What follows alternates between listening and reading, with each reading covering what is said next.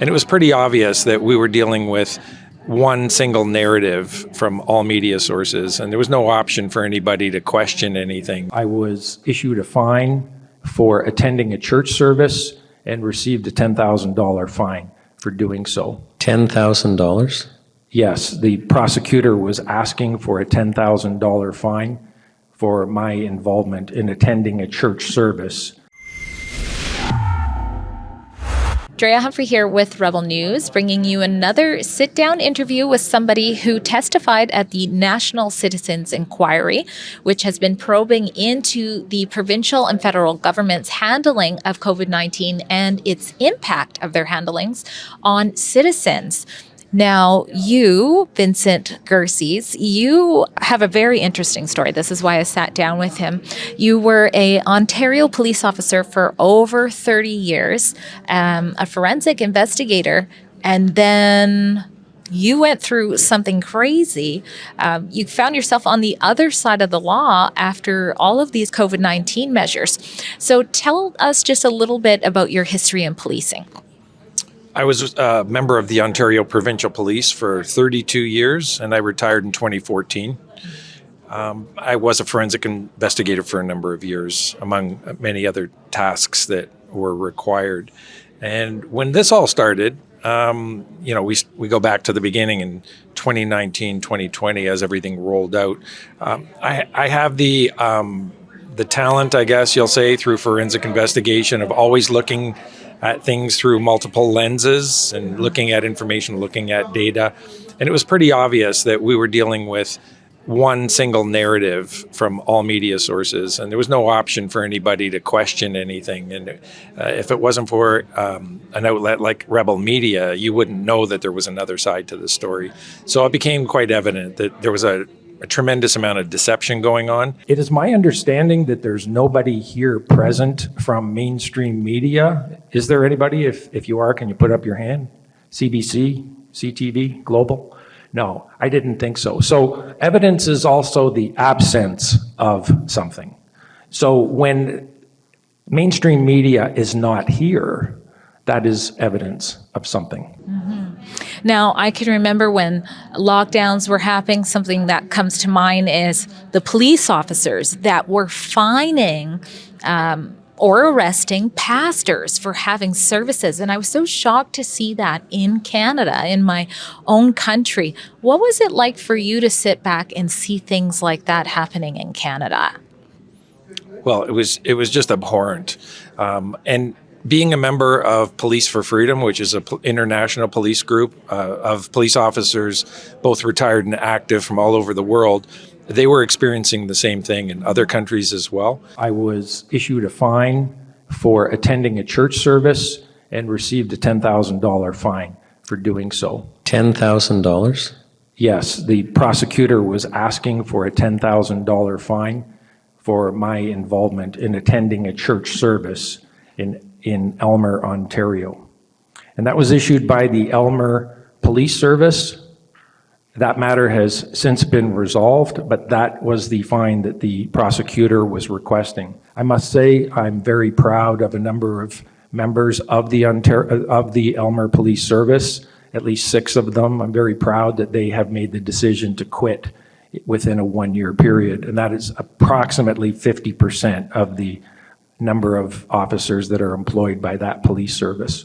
The amount of tyranny I saw come out of that police service towards the Church of God in that town was deplorable and in complete violation of our Constitution and the Charter. Again, the problem here, the abhorrent problem, is that we see that this is an incredible deception. And I say that because we've looked at all the different perspectives and been able to think critically at looking at the data, and this entire narrative that's been rolling out is just completely false. So if you believe that narrative, you would certainly understand the position that the media is portraying, mainstream media and the government. But if you understand by looking at the other perspectives and saying what really makes sense, look at the data, it's incredible just how big of a lie this really is. We refer to it as the great lie. So on the issue of lockdowns that we faced, there was only one perspective that had ever been in the media. On the issue of mask wearing, one perspective. On the solutions to this problem and the way out, one perspective. Vaccine acceptance, one perspective. Vaccine hesitancy, one perspective. Vaccine safety, one perspective. Vaccine efficacy, one perspective. Vaccine injury, no perspective, no comment, no discussion. Vaccine death, no perspective, no comment. Died suddenly, no perspective, no discussion. Well, right from the beginning, I had been speaking out, and then as lockdowns came along, there was no data to support that whatsoever. And I did find myself speaking out publicly about the importance of our Constitution and our Charter rights. And as a result, I had faced a number of charges against me in various parts of Ontario where arrest warrants were issued. I had subsequently turned myself in to deal with those issues, and I never thought I'd find myself in that position, yet I would never change what I had done. You know, I know that what I was doing was right based on the information, and it's things like this NCI that further substantiate that information that I was referring to is absolutely correct. This is a real false narrative. Beyond that, I was charged with attending a church service in Ontario and fined a $10,000 fine that was issued. And my bank accounts... $10,000 for attending church. Right, $10,000 fine for attending a church service. And I did attend Ottawa during the Freedom Convoy event that took place to assist in any way that could be helpful to people that were there, as this large mass of people were peacefully protesting, and my accounts were frozen there as well. So it's been a journey, but my journey is not anywhere near as bad as what I've seen people testifying here at the NCI. I will say that over the last 3 years, I had 2 arrest warrants issued for me because I was in a park outdoors speaking to a group of people on 2 different occasions about the importance of our Constitution and the Canadian Charter of Rights and how they were being abused. These arrest warrants came just prior to and just after my attendance in Ottawa during the trucker freedom convoy that had arrived in Ottawa.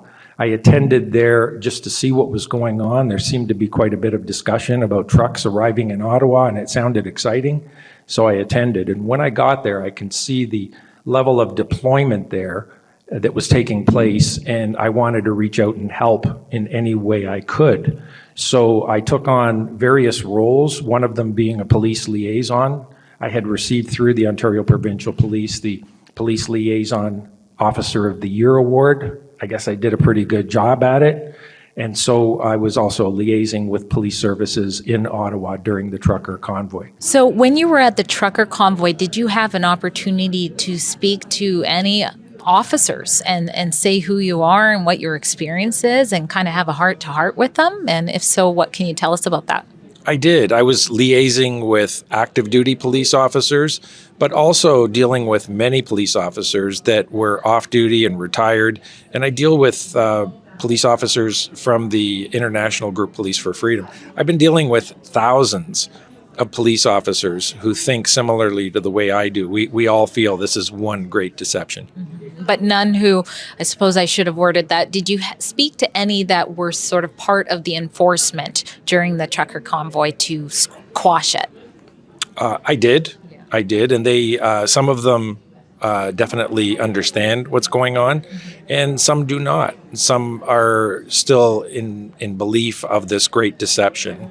And that's very unfortunate, especially for policing. You know, I would have thought that most of our officers would be able to see through this, but it depends on where you get your information from and your level of critical thinking skills. That is, they are saying the pandemic was extremely dangerous and we were all going to die, and you didn't do your part because we knew we were all going to die and you just weren't doing your part.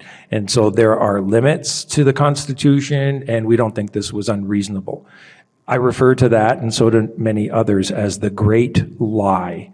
And that great lie needs to be exposed and broken before we can see a change. Well, I feel like I could talk to Vincent for much longer, but I guess to wrap this report up, what advice do you have for citizens who have lost faith in police officers or, don't trust the system because of the great lie that we're discussing? Is that the right move? Do we need some other sort of change in that area, or should we not lose hope altogether? I have hope, and I suggest that people maintain hope, but our culture is on a significant downward trajectory right now in all aspects. But I say don't give up. Yeah, there is a way that we can get through this. It's going to take time. Nothing happens overnight. Being aware of the deception is the first step. All right. Well, there you have it. And we'll link Police for Freedom will be linked in the full written report for this article, which you can find in the description box below. I'm Drea Humphrey for Rebel News, and thank you for joining us. Thanks, Drea. Did you know that just like the National Citizens Inquiry, Rebel News is also completely independent of government interests, and we rely on the people to be able to bring everybody the other side of the story. So if you appreciate the journalism that we bring you, you can go to rebelnews.com and donate what you can to keep our reports going strong.